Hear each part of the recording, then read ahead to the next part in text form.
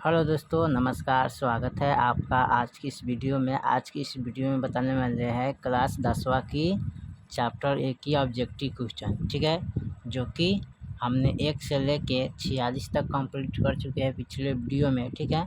अगर उसका वीडियो नहीं देखे तो जाके प्ले लिस्ट में आप देख सकते हैं, ठीक है। तो चलिए क्वेश्चन नंबर 47 से शुरू करते हैं। कह रहा है कि 6, 8 और 23 का लसा और मसा का अनुपात क्या होगा, ठीक है। तो चलिए इसको हल कर लेते हैं। चलिए, तो यहाँ पर हमने 46 नंबर सवाल को नोट कर लिया है। कह रहा है कि 6, 8 और 22 का लसा और मसा का अनुपात निकालना है, ठीक है। तो सबसे पहले इसका लसा निकाल लेते हैं। तो लसा कैसे निकालेंगे? 6, 8, 22 इसका गुणाखंड करेंगे तो 2 से करेंगे तो यहाँ पर 3, 4, 11, फिर 2 से करेंगे तो 3, 2, 11, ठीक है। फिर 2 से करेंगे 3, 1, 11, फिर अब 3 से करेंगे 1, 1, 11, फिर 11 से लगाएंगे तो 1, 1, 1 हो जाएगा, ठीक है। अब यहाँ पर इसका लसा बराबर लिखेंगे, ठीक है। लसा बराबर 2 कै गो है? 1, 2, 3 गो। तो यहाँ पर लिखेंगे 3 गो, 3 एगो 11 एगो, ठीक है। अब इसका निकालेंगे मसा। तो मसा कैसे निकालेंगे देखिएगा। तो मसा अब निकालेंगे तो मसा क्या करते हैं? छोटा अंक से बड़ा में भाग करते हैं, ठीक है। तो 6 से हम 8 में भाग करेंगे, ठीक है। 6 एकम 6, 7, 8, 2 आ गया। फिर यहाँ उतरेगा कितना? तो यहाँ पर उतार देंगे 22, ठीक है। ये सॉरी, यहाँ पर जैसे कि कटा दिए इसको। अब 2 आ गया, यहाँ पर उतरेगा 6, फिर 2 3 6, ठीक है। कट गया तो 2 आ गया। अब फिर 2 से हम क्या करेंगे? इसमें भाग करेंगे, ठीक है, 22 में। तो 2 11 दूना 22, ठीक है। तो मसा कितना आएगा? 2, ठीक है। तो लिखेंगे मसा बराबर 2 हो गया, ठीक है। अब देखिए इसमें कौन कौन मिल रहा है ना। तो इसमें भी 2 मिल रहा है, इसमें 2 मिल रहा है ना। तो इसका लिखेंगे 2, ठीक है। तो मसा आपका कितना आ जाएगा? 2 ही रह जाएगा, ठीक है। अब इसमें करना क्या है? अब इनमें क्या करेंगे? इसको गुना करेंगे। 2 दूना 4, 4 4 दूना 8, 38, 24, 24 11 यानी कि 2 से 64 होता है, ठीक है। तो 2 से 64 होता है तो यहाँ पर लिखेंगे 2 से 64 अनुपात 2। अब इसको कटाएंगे, ठीक है। तो इसको कटाने के लिए क्या करेंगे? इसको करेंगे 2 एकम 2 और 2 से ये भी कट जाएगा। तो 2 एकम 2 और 2 3 6, 2 दूना 4, 2 3 6, 2 दूना 4, यहाँ पर 3 होगा, यहाँ पर 2 होगा, ठीक है। क्योंकि 2 से ये भी कटेगा, 2 से ये भी कटेगा। 2 एकम 2, 2 3 6, 2 एकम 2, यानी कि फाइनल आंसर कितना हो जाएगा? 132 अनुपात 1, यही आपका आंसर हो जाएगा, ठीक है। चलिए अब क्वेश्चन नंबर 47 के बाद 48 को देखते हैं क्या कह रहा है 48 में। चलिए 48 नंबर सवाल कर रहा है 96 का भाज्य गुणाखंड क्या होगा, ठीक है। तो चलिए इसको गुणाखंड कर लेते हैं। चलिए तो क्वेश्चन नंबर 48 को यहाँ पर नोट कर लिया है। कह रहा है कि 96 का भाज्य गुणाखंड क्या होगा, ठीक है। तो यहाँ पर क्या करिए? 96 का गुणाखंड कर लीजिए। पहले 2 से लगाएंगे इसमें, ठीक है। तो 48 दुना क्या होता है? 96। फिर इसको 2 से लगाएंगे तो 24 दूनी 48, फिर 2 से लगाएंगे तो 12 दूना 24, फिर 2 से लगाएंगे तो 6 आएगा, ठीक है। फिर इसमें क्या करेंगे? 2 से लगाएंगे तो 3 आएगा, ठीक है। और इसमें 3 से लगाएंगे तो 1 आएगा, ठीक है।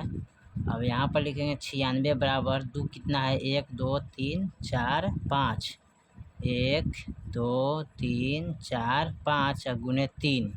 अब 1 2 3 4 5, 2 लिखेंगे, 2 का पावर 5 गुने 3, ठीक है। तो यहाँ पर 3 का पावर नहीं है तो इसका 1 रहता है, ठीक है। तो यही हो गया भाज्य गुणाखंड, ठीक है।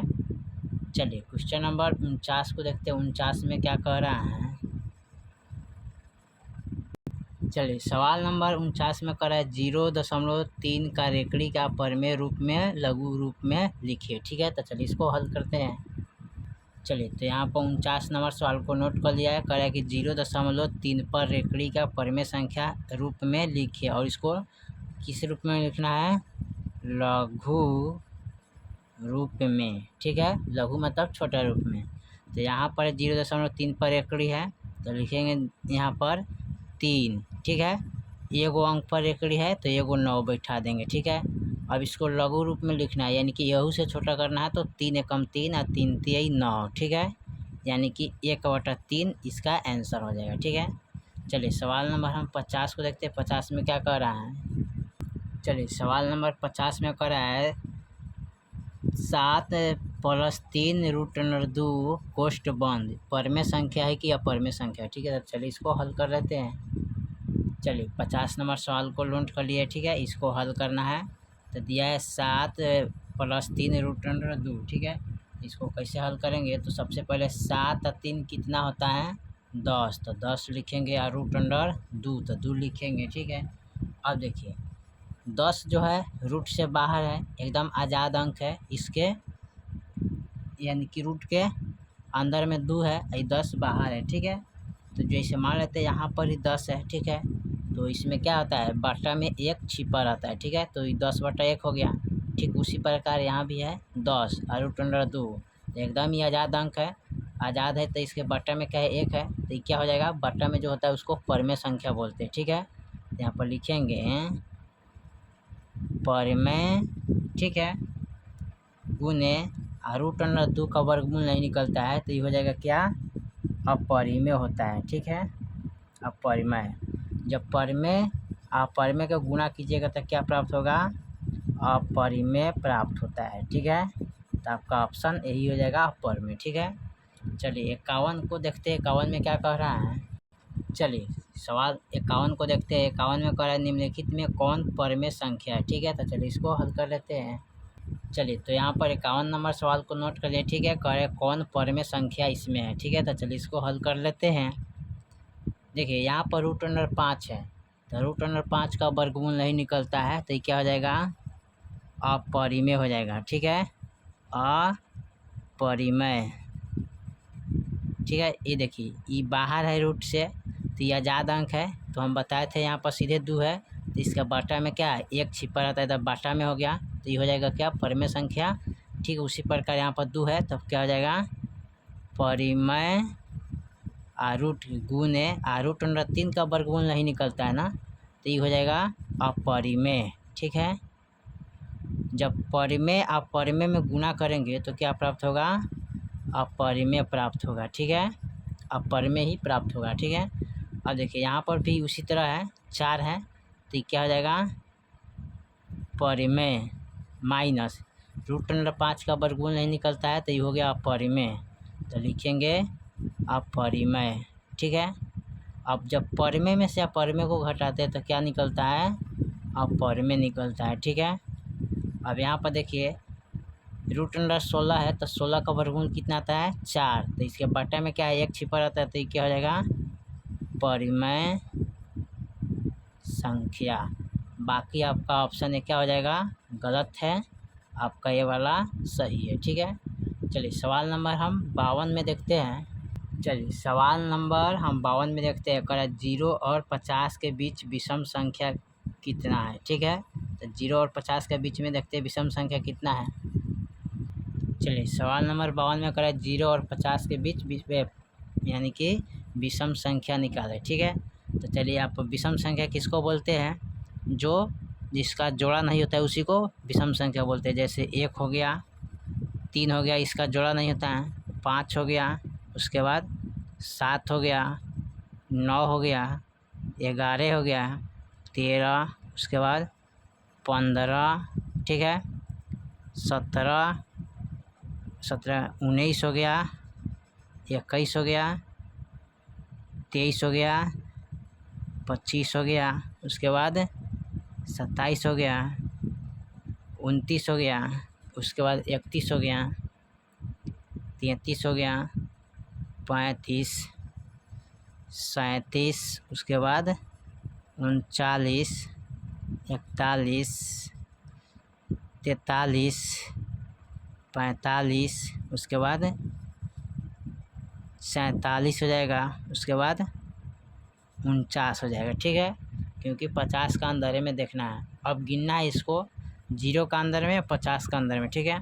तो 1 2 3 4 5 6 7 8 9 10 11 12 13 14 15 16 17, 18, 19, 20, 21, 22, 23, 24, 25, ठीक है। तो इसका ऑप्शन क्या हो जाएगा 25, ठीक है। यानी कि 0 से लेके 50 के बीच में विषम संख्या का वो है 25 वो है, ठीक है। चलिए सवाल नंबर हम 53 में देखते हैं, 53 में क्या कर रहा है। चलिए सवाल नंबर 53 में कर रहा है 5, 15 और 20 का लसा और मसा का अनुपात निकाले, ठीक है। तो चलिए इसको हल कर लेते हैं। चलिए सवाल नंबर 53 को नोट कर लिया करें। 5, 15 और 20 का लसा और मसा का अनुपात निकालना है, ठीक है। तो सबसे पहले इसका लसा निकाल लेते हैं। 5, 15, 20, ठीक है। इसको हम 2 से कटाएंगे तो 5 के 5, 15 के 15, यहाँ पर 10 हो जाएगा। फिर 2 से कटाएंगे 5, 15, फिर 5। अब यहाँ पर कटेगा 3 से, 5 हो जाएगा। 3 पचे 15, 5, ठीक है। अब कटेगा 5 से एकम, एकम, एकम, ठीक है। तो यहाँ पर लिखेंगे 2 गुने यानी कि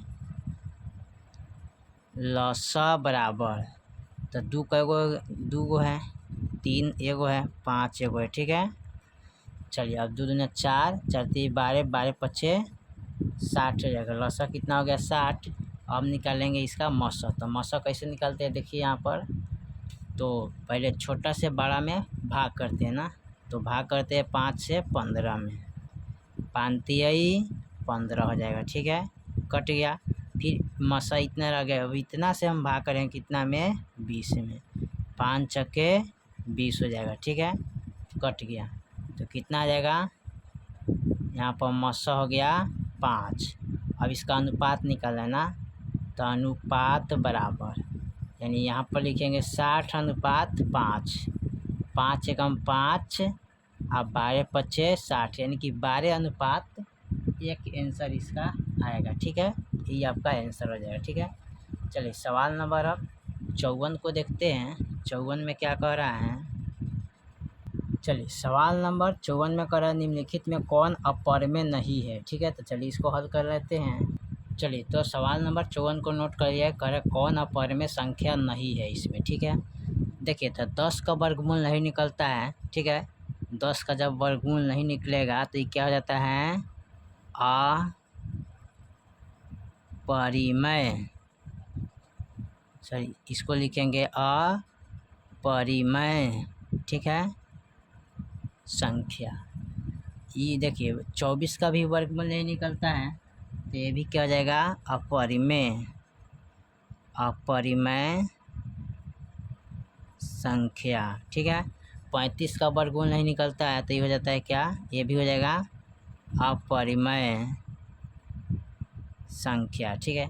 अब 121 का वर्गमूल देखिए, तो 11 एक रहिया 121 होता है, ठीक है। तो ये हो जाएगा परिमेय संख्या, ठीक है। तो ये परिमेय संख्या हो गया, तो यही आपका होगा अपरिमेय संख्या नहीं है, ठीक है। तो लिखिएगा यह अपरिमेय संख्या नहीं है, ठीक है। ये आपका ऑप्शन हो जाएगा, ठीक है। चलिए सवाल नंबर 55 को देखते हैं। 55 में क्या कह रहा है।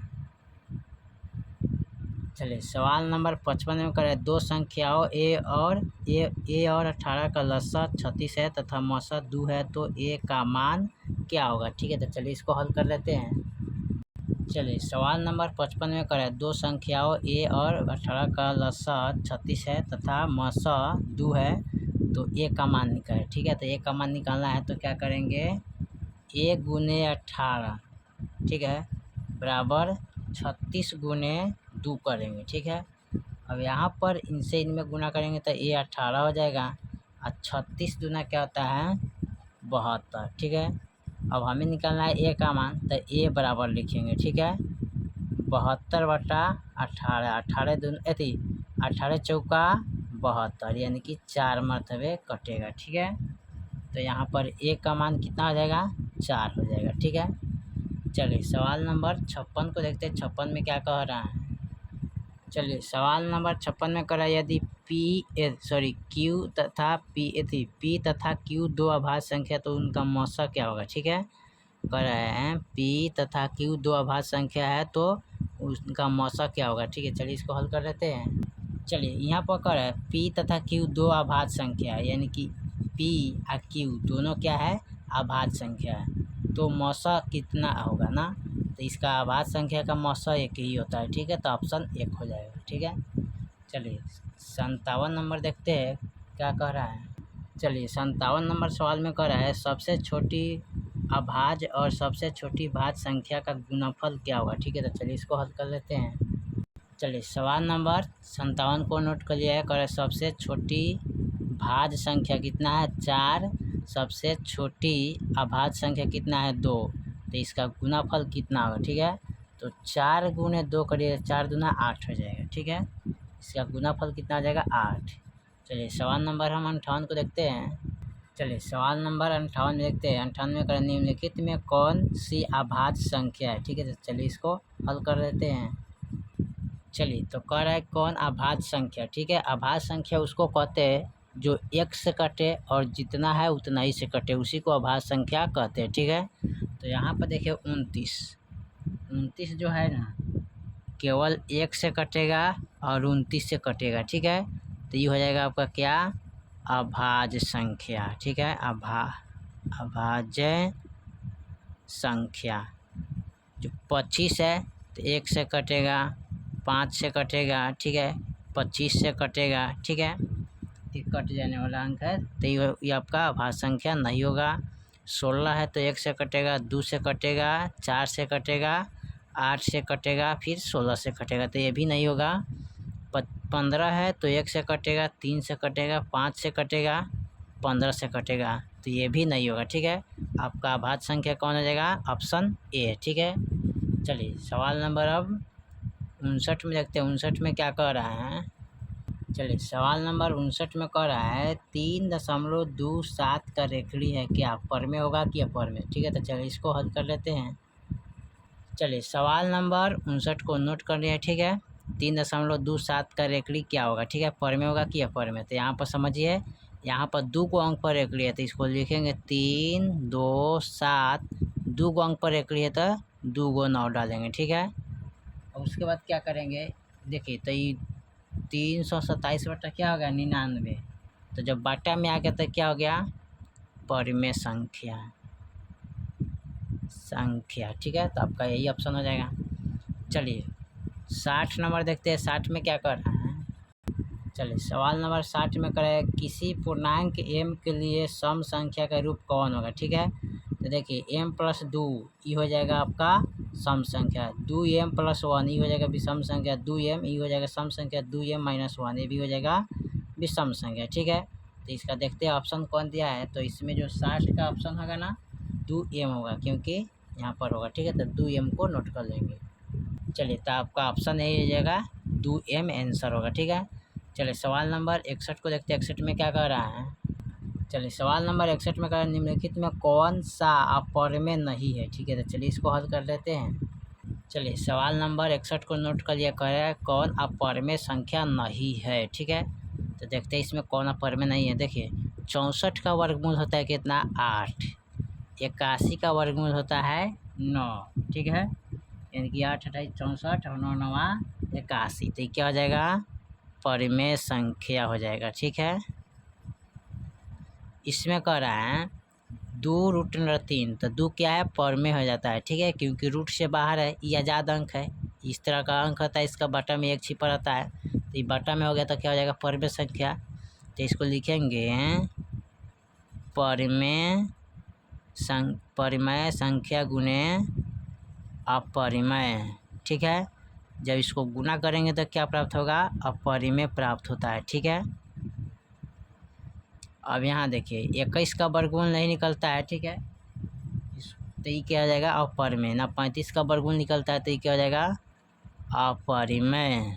ठीक है, अब यहाँ पर देखिए √3 √2। ठीक है, ये क्या है, यू अपरिमेय है, यू अपरिमेय है। ठीक है, चाहे इसको डायरेक्ट गुना कर सकते हैं, तो इसको लिखिएगा, अगर गुना कीजिएगा तो √6 हो जाएगा, तो 6 का वर्गमूल नहीं निकलता है, तो क्या हो जाएगा, अपरिमेय होता है। ठीक है, चाहे अपरिमेय गुने अपरिमेय करिएगा तभी अपरिमेय आपको आएगा। ठीक है, तो इसमें पूछा है अपरिमेय संख्या नहीं है कौन, तो ये वाला ऑप्शन ए हो जाएगा। ठीक है, क्योंकि यह अपरिमेय संख्या नहीं है, लिखिएगा यह अपरिमेय संख्या नहीं है। ठीक है, यही आपका आंसर हो जाएगा। बाकी आपका क्या है, अपरिमेय संख्या। चलिए सवाल नंबर अब 62 को देखते हैं। 62 में क्या कह रहा है, चलिए सवाल नंबर 62 में कह निम्नलिखित में किसका दशमलव प्रसार शांत है। ठीक है, तो चलिए इसको हल कर लेते हैं।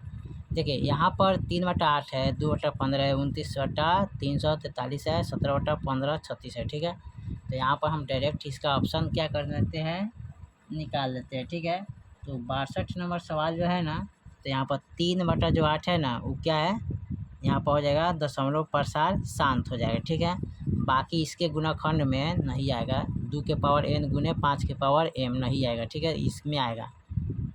चलिए तो यहाँ पर कह रहा है कौन शांत है ना, तो शांत के लिए क्या करना पड़ता है, 2 के पावर n गुने 5 के पावर m आना चाहिए। ठीक है, यानी कि इसके चाहे इसके गुणाखंड में क्या आना चाहिए, 2 5 आ गया तो शांत हो जाएगा, आना तो दोनों में से कोई एक अंक आएगा तो शांत होगा। ठीक है, जैसे 8 है तो 8 के जब गुणाखंड कीजिएगा तो 4 आएगा, 2 आएगा या कम आएगा, तो 2 के पावर ए ना 5 के पावर m इसके रूप में आ गया, 2 आ गया ना, तो ये क्या हो जाएगा, शांत हो जाएगा। कौन, 3/8 क्या हो जाएगा, शांत है।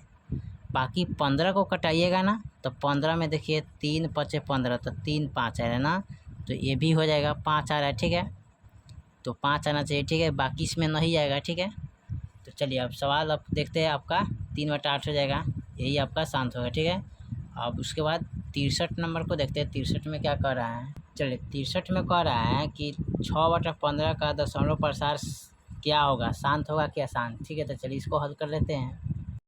देखिए तो यहाँ पर 6/15 का प्रसार शांत है कि अशांत। ठीक है, इसको पता करना है, तो इसको पता करने के लिए क्या करना पड़ेगा, क्या भाग कीजिए ना तो गुणाखंड कीजिए। ठीक है, तो यहाँ पर 15 का जब गुणाखंड करिएगा 3 5 15, तो आ रहा है कितना, 3 और 5, यानी कि 2 के पावर n गुने 5 के पावर m, दोनों में यानी कि 5 आ रहा है, तो क्या हो जाएगा, शांत हो जाएगा। ठीक है, क्या हो जाएगा, शांत होएगा। ठीक है, चलिए 64 नंबर सवाल देखते हैं। 64 में क्या कह रहा है, चलिए 64 नंबर सवाल में कह रहा है 4√3 क्या है, परमेय है कि अपरमेय। ठीक है, तो चलिए इसको हल कर लेते हैं।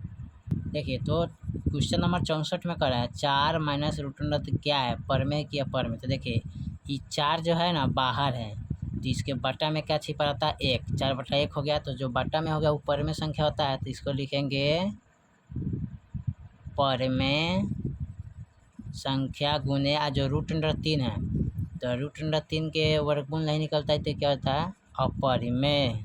ठीक है, संख्या, जब परिमेय संख्या से अपरिमेय संख्या में गुणा करते हैं तो क्या प्राप्त होता है, अपरिमेय प्राप्त होता है। ठीक है, परिमेय संख्या, यही आपका आंसर हो जाएगा। ठीक है, चलिए तो क्वेश्चन नंबर हमने 64 तक कंप्लीट कर दिए। फिर मिलते हैं अगले वीडियो में, तब तक लिए जय हिंद जय भारत।